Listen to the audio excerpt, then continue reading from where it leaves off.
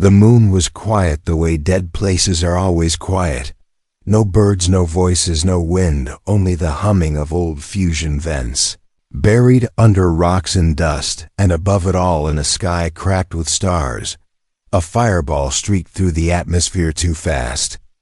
Too jagged, and when it hit the ground, it shook the entire canyon.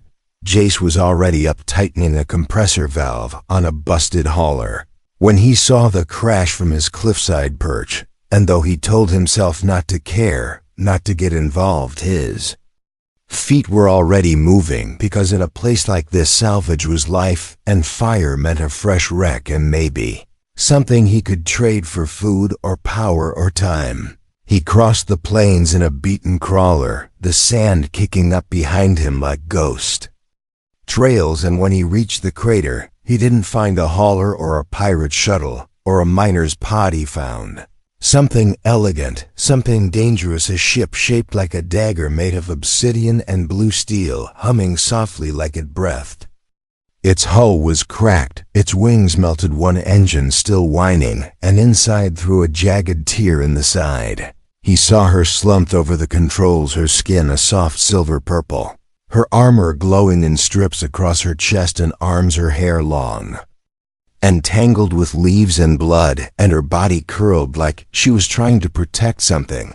Even in sleep she didn't move when he climbed aboard, and for a long time he thought she might be dead, but then her fingers twitched and her eyes opened slightly, and they were not eyes made for a place like this. They were violet with glowing rings, and they looked right at him, not with fear, but with command. He should have left then and there. He should have backed out and said sorry. Wrong ship, because she didn't just look alien. She looked like someone who had never been told no before, but he didn't leave. Instead, he lifted her out gently, ignoring the crackling sound of her armor grinding against broken glass, and brought her back to his shack hidden beneath old mining wreckage, and wrapped her in every thermal blanket he had while she slept. He stared at her ship, trying to figure out its wiring, its power source, its tech. None of it made sense to him, and yet piece by piece he started to see it like a puzzle half solved. He bypassed the fusion core, stabilized the grav nodes, rerouted heat away from the fractured port wing, and used melted titanium from his own shelter to reinforce the seams. Days passed, maybe more. He lost track, because every few hours he returned to check on her. Sometimes she was murmuring in her sleep, sometimes silent, but breathing, and one night he woke up with her standing at the edge of his workbench, watching him, her expression unreadable, her hand on the hilt of the strange curved blade, and he thought for sure she'd kill him for touching her ship, but instead she said something in a language that wasn't his, and when he didn't reply, she tapped her chest and said her name slowly, syllable by syllable, and when he repeated it, she nodded and pointed at him, and he said, "Jace," and she said it back with a slight tilt of her head like she was memorizing it. She didn't smile, not yet, but she didn't leave either. Over the next days she helped him repair her ship, guiding him with hand signals and drawings in the dust, and slowly the thing started to hum again, stronger, deeper, as if responding to her presence, and he couldn't stop staring at her, not because she was beautiful, though she was in a sharp, terrifying kind of way, but because everything about her said power and pain and history. And yet here she was helping a nobody on a dead moon fix something that probably wasn't meant to be fixed, and just when he thought she would take off and vanish, she surprised him again, because the ship was ready. The airlock closed, the engines lit, and instead of stepping inside, she turned and walked back to his shack and stood at his doorway as if asking permission. And he had none to give, but she entered anyway, and when night fell she lay on the cold floor beside him, her eyes never closing, as if watching him breathe, and when he finally fell asleep, he dreamed of a throne built from shattered stars, and of queen who stood alone until a human handed her a wrench and asked her name, and when he woke up in the morning, she was still there, and her ship was gone, but she was not. Jace didn't know why she stayed. Maybe she didn't know either. Maybe her ship had gone to some orbiting safe house, or maybe she had sent it away on purpose. Either way, every instinct told him to be afraid, because beings like her didn't stay. For small reasons, but fear had no place in her gaze when she looked at him. It was as if she was studying him, measuring something deep in his soul, and each day that passed, she seemed less like a wounded traveler and more like someone testing the edges of his world. She explored his workshop, her hands brushing against old human tech, like she was reading it like a language, even though it was all broken junk from centuries ago. She moved with quiet precision, her steps soft, her posture sharp. And whenever she worked beside him on a task, she never looked clumsy, even when using tools she clearly had never seen before. He began to realize she wasn't just strong or royal, she was disciplined like a soldier, but with the bearing of someone above command, someone who had seen worlds rise and fall. Yet something in her softened when he burned his hand on a coolant pipe and cursed loudly. She had crouched beside him, taken his hand in hers, and a faint warmth pulsed from her palm, sealing the burn like it had never happened. He stared at her then, not just for the magic of it, but because of the way her eyes flickered with something like sadness, as if healing him reminded her of something lost. He wanted to ask who she was, where she came from, why she was alone, but her language was strange, and she only knew a few words of his. She learned them faster each day, though, pointing at objects, repeating their names in his tongue. Sometimes late at night, when he worked on an engine, she would sit cross-legged nearby, watching him and trying to mimic the sounds of his words, as if each one was a puzzle she needed to solve. Once, while repairing a grav sled, he caught her looking at him with a quiet expression, softer than before. And she said his name slowly, almost tasting it, and he felt a strange heat in his chest, because no one had said his name like that in years. Not since before the war, not since his world turned to dust. Something was changing between them, something he didn't know how to name. He was just a mechanic on a forgotten moon, and she was someone who didn't belong to this place at all. And yet, when a storm rolled in one night, lightning flashing across the horizon, she stood at his side, looking out at the sky, and whispered something he couldn't understand, but the tone of her voice, the way she closed her eyes and leaned slightly toward him, as if for warmth, told him it was something that mattered, a memory or a promise or maybe a warning. And when he laid his ragged blanket across her shoulders, she didn't refuse it. She looked at him, as if no one had done something so small for her in a long time, and then she spoke a word he hadn't heard before, something soft and full of gratitude. He didn't know it then, but that moment was the first crack in the wall between them, because the next morning he woke to the sound of voices outside, not her voice, but harsh metallic tones and the click of weapons. Soldiers or hunters, or worse, raiders. They had tracked her down, or maybe him, he didn't know. But when he stepped outside, he saw 3 ships, hovering low, their searchlights cutting through the dust, and their insignias were not from any guild. He knew these were bounty ships, the kind that hunted for coin, not justice. And when the leader barked out a demand asking about the crash site and any survivors, Jace lied. He said he had seen nothing, just fire in the distance, and they didn't believe him. One of them stepped forward, rifle raised, and pressed it against his chest, and he thought, this was it, until the air behind him shimmered, and she stepped out, her armor glowing, her eyes burning like stars, and the soldiers froze, because they knew what she was, and it was already too late. No one moved at first. The dust swirled around them, and the silence felt like it could crack the world. And then the soldier who had pressed the rifle against Jace's chest took one step back and lowered it slightly, because now that she stood there, fully awake, fully armored, fully radiant, they realized what Jace had not known from the start, that the woman who had crashed on this forgotten moon was no fugitive, no outlaw, no deserter. She was royalty, and not the kind that wore paper crowns. She was the kind that ruled systems and signed death orders with a nod.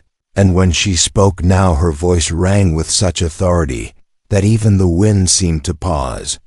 And though Jace couldn't understand the words, the soldiers clearly did, because one of them dropped his rifle immediately and fell to one knee, and the other hesitated before muttering something over his cums in a tone that sounded like panic. And just as quickly as they had arrived, they retreated, ships rising into the blood-red sky, leaving trails of heat and fear behind. Jace looked at her, then truly looked, and saw the truth not just in her presence, but in her posture.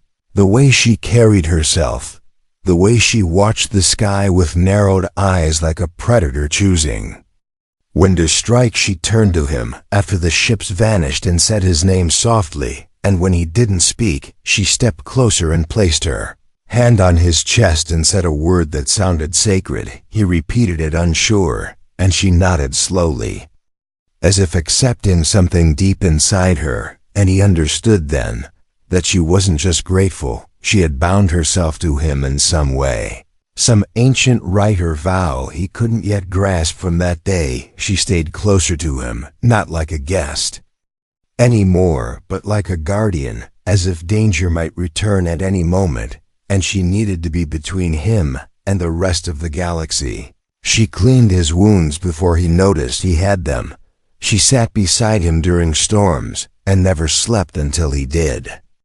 And one night when he dreamed of the war again, waking up with a scream, she was already there, one hand on his shoulder, the other over his eyes, and the nightmare faded like mist, and he asked her why with the only word he knew, and she simply touched her chest and then his, and he understood she had chosen him not by accident, but by something older than language and stronger than fate. They shared meals in silence, laughter in fragments, and slowly she learned his words. She asked about the sky and the machines and why he lived here, and when he told her he had nowhere else to go, that everything he loved had died or left or forgotten him, she looked at him with an expression that broke something in him, because she understood that too.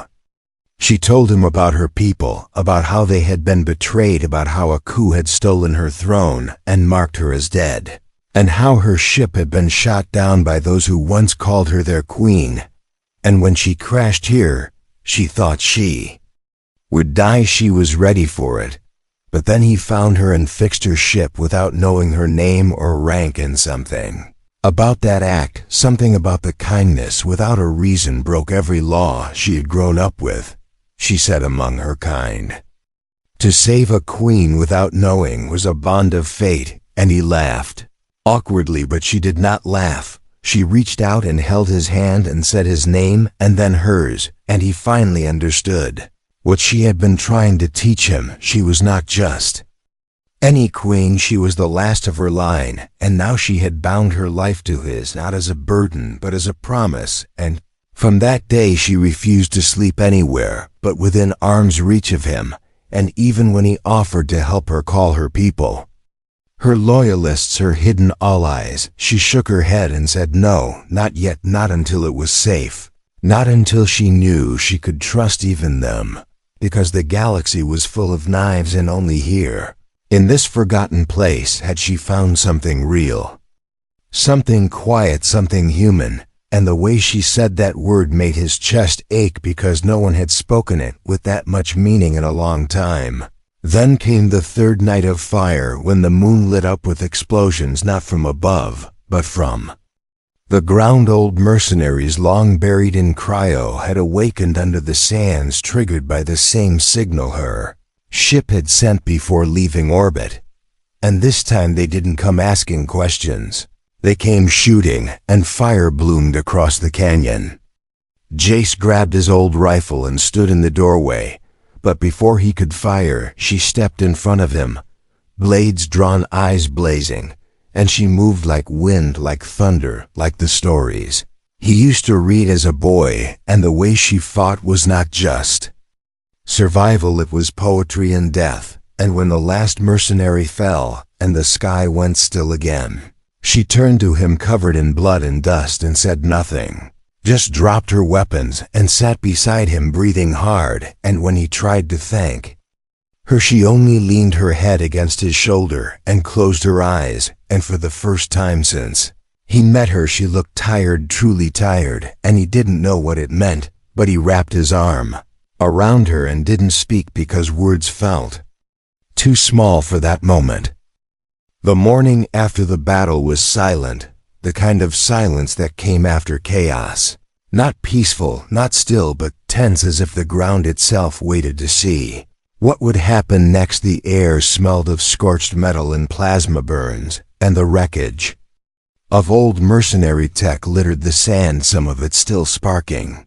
Jace walked through it, slowly checking for survivors or traps, and the Queen walked beside him, her weapons sheathed, her gaze alert and hard. But when she looked at him, there was something different, softer, deeper, like a decision had been made, and the weight of it settled between them. Without a word she helped him drag the bodies to the canyon edge where the wind would carry the ash away, and together they dismantled the Merc gear, stripping it for parts, for anything useful. She knew what each piece did, even the human tech, and it surprised him.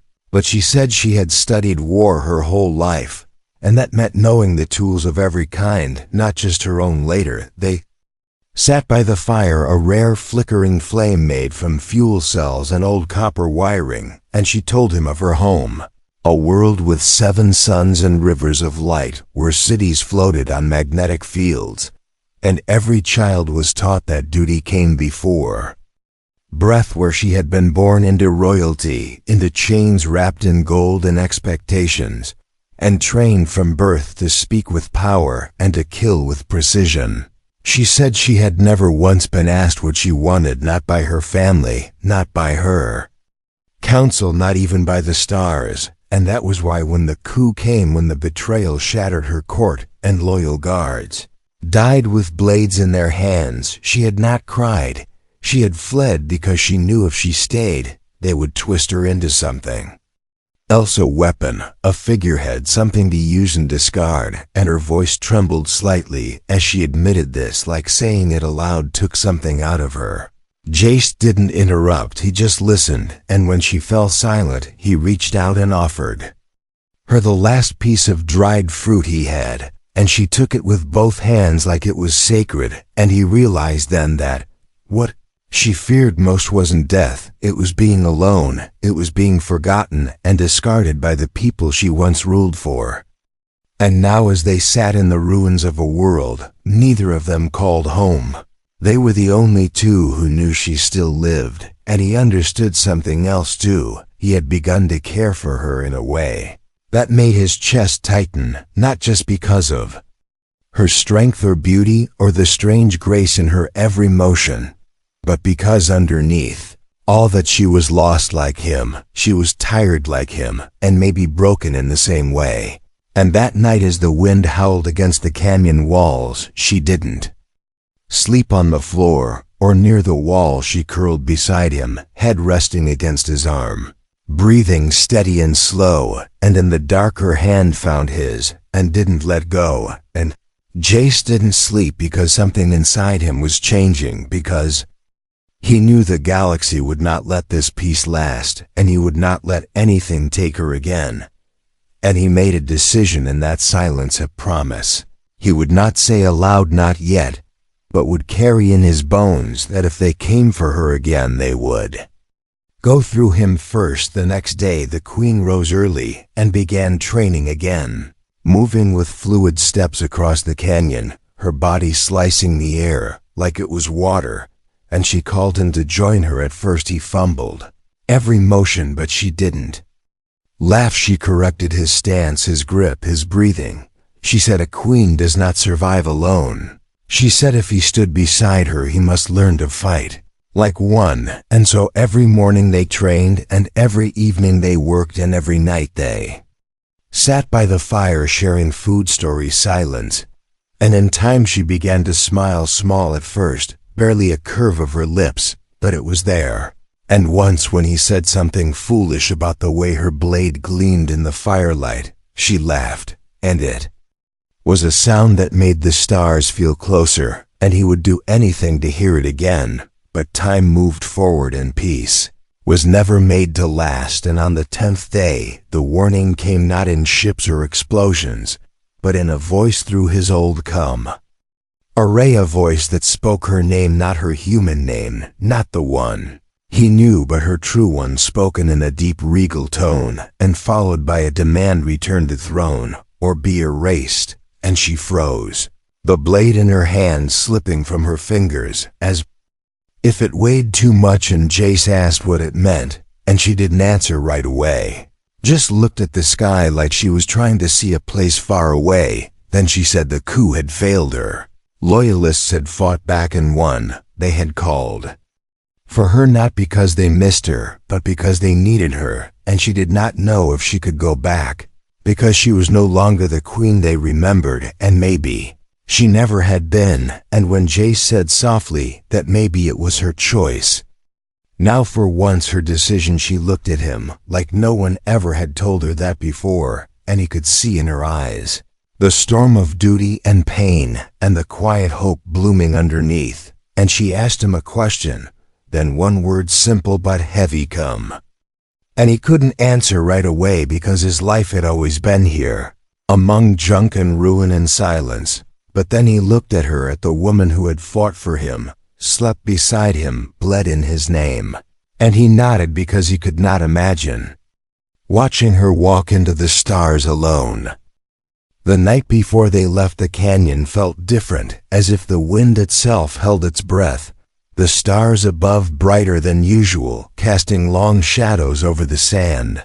And Jace couldn't sleep, not because of fear, but because his heart raced with something deeper, something like knowing that the next step he took would no longer be just his. The queen sat beside him, not saying much, her gaze distant, her body wrapped in her cloak of woven light and metal, and she looked less like a warrior now and more like a memory in motion. And finally she spoke quietly, telling him the name of her planet, and what it looked like when all 7 suns rose at once, and the air shimmered with golden mist, and how the palace where she was born was carved into a mountainside, covered in silver glass that sang in the wind, and how the people used to bow without knowing why, only that she carried something old in her blood, something ancient and binding, and how that very blood was the reason they tried to kill her, because she refused to let her power be used to start a war she didn't believe in.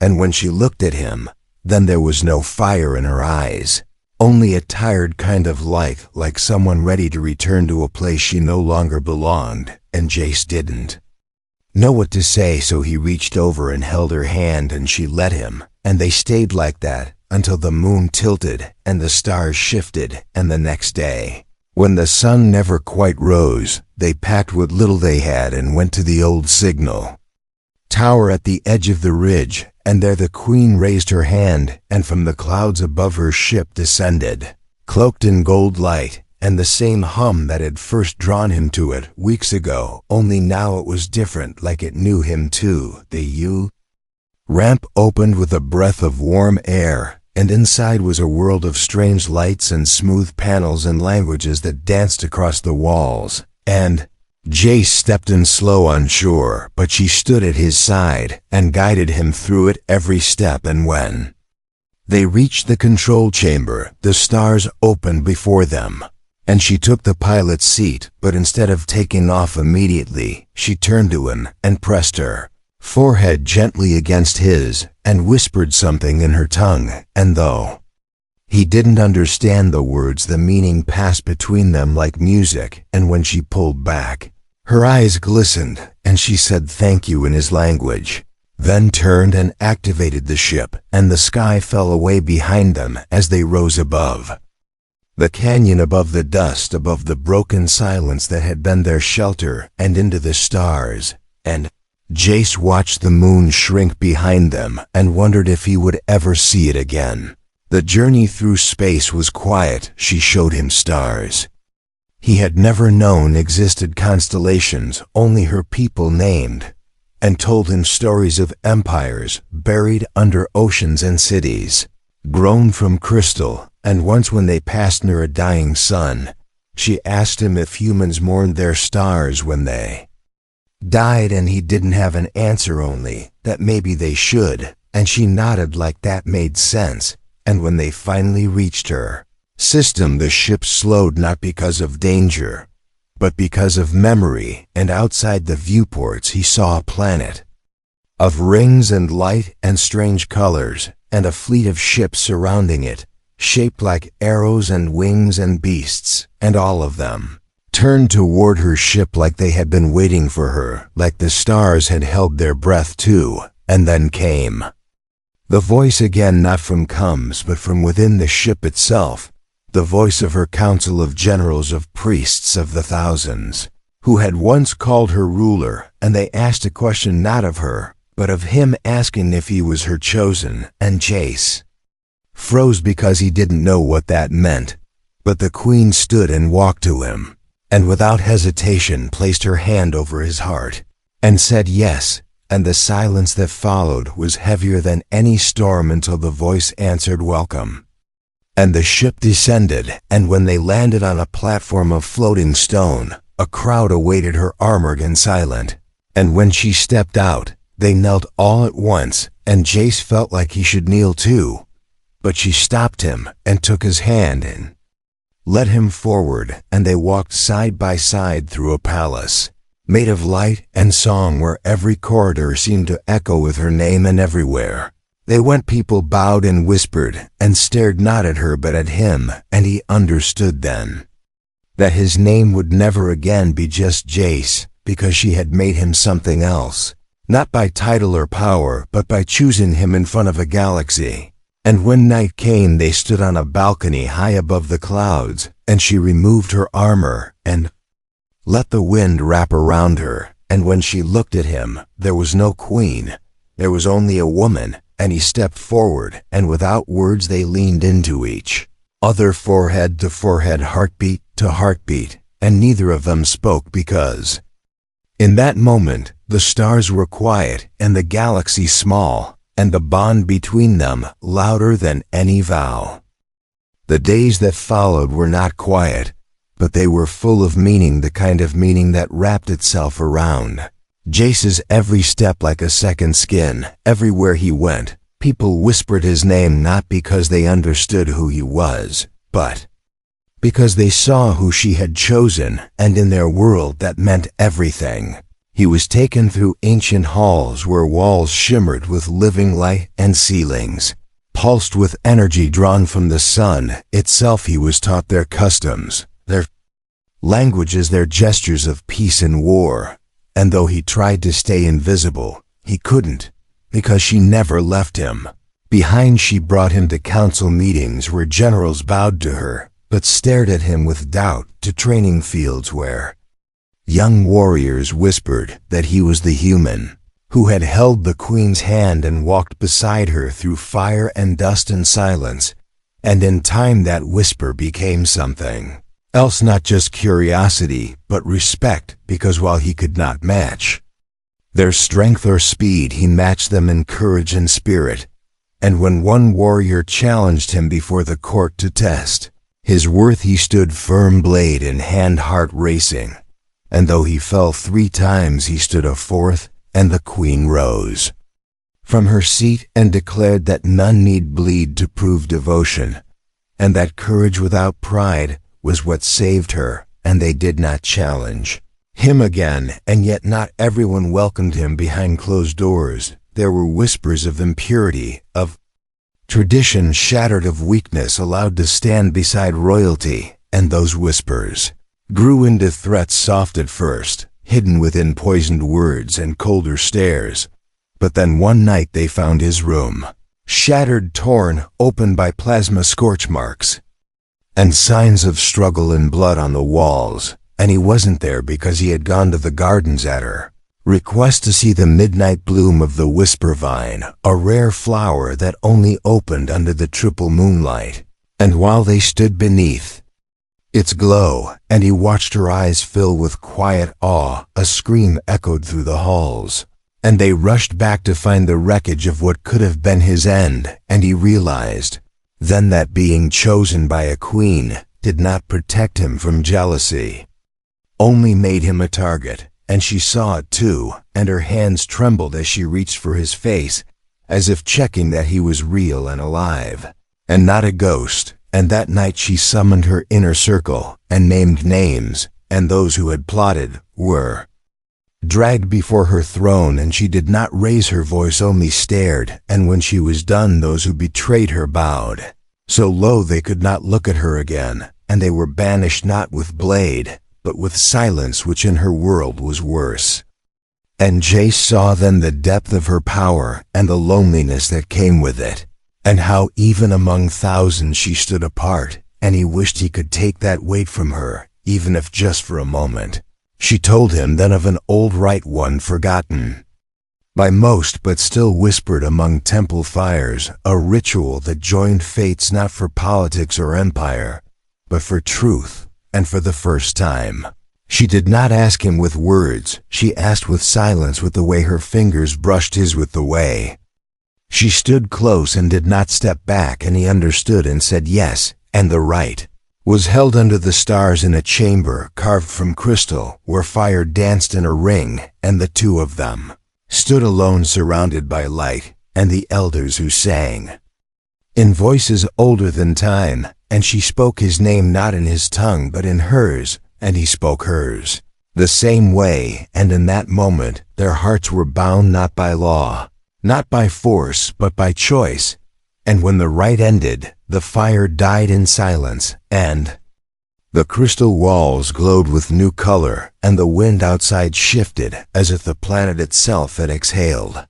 And from that moment, they were not just queen and human, they were one, something that had not existed before, something the stars themselves leaned closer to witness. And in the days that followed, the galaxy stirred rumors spread of a queen returned, not alone, but with a bond forged beyond bloodlines and alliances, and in places where her name was once spoken in fear, it now echoed with wonder and confusion, and the warlords who once hunted her began to question their weapons, and the allies who abandoned her sent messengers dressed in white to beg forgiveness, and the people of her world lit their sky bridges with flame in honor of the joining. And yet even in joy Jace saw shadows on her face, because peace never lasted long among stars, and she could feel the storm that always followed light.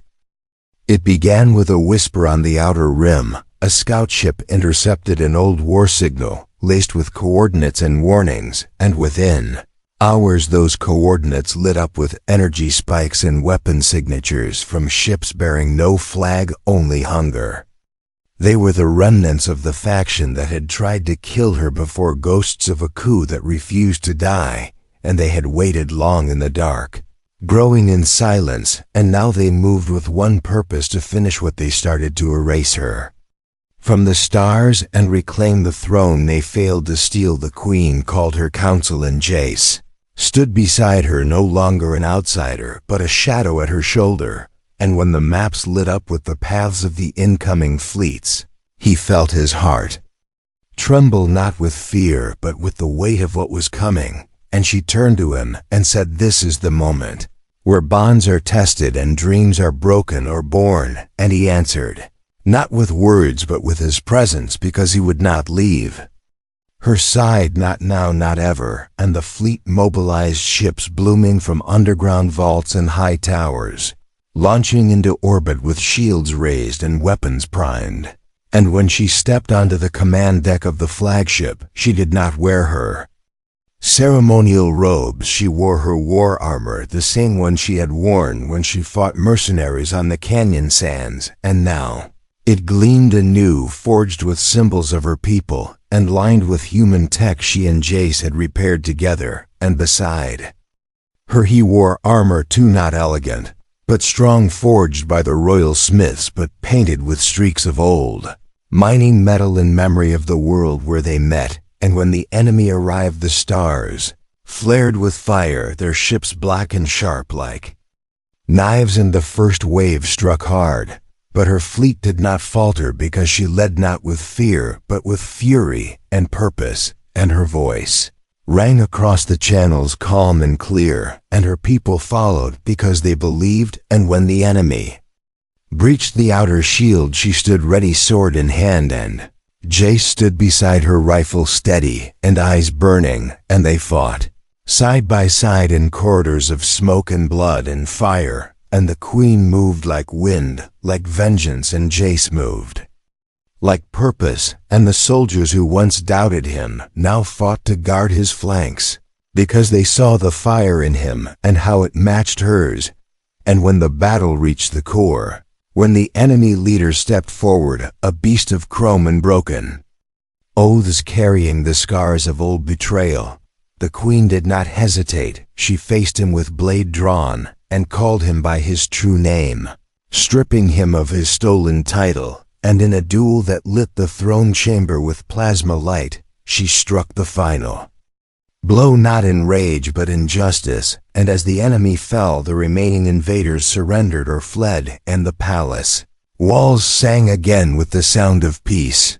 When the fires died down and the wounded were healed, the people gathered in the central spire to see her speak, and she stood there on the same platform her ancestors once did, with Jace at her side, and she declared that the old way had ended, that no ruler would ever again stand alone. And she held Jace's hand high, not as consort, not as symbol, but as equal, as the one who brought her back to life, who fixed not just her ship, but her soul. And the people cheered, not just for her, but for the man from a dust moon who had become legend, not by blood, but by choice. And in the years that followed, their names were etched into the pillars of light that circled the capital, and children learned their story, not as myth but as truth. And still, when nights came quiet and the stars turned slow, Jace and the queen often returned to the old moon, sometimes in silence, sometimes in laughter. And they walked the canyon trails where it all began, and stood where her ship once burned, and he would remind her how broken things could be mended, not just machines but hearts. And she would take his hand, smile, and whisper that he was the reason the stars never felt so close. If you believe humanity always finds a way, subscribe for more HFY sci-fi stories that prove it.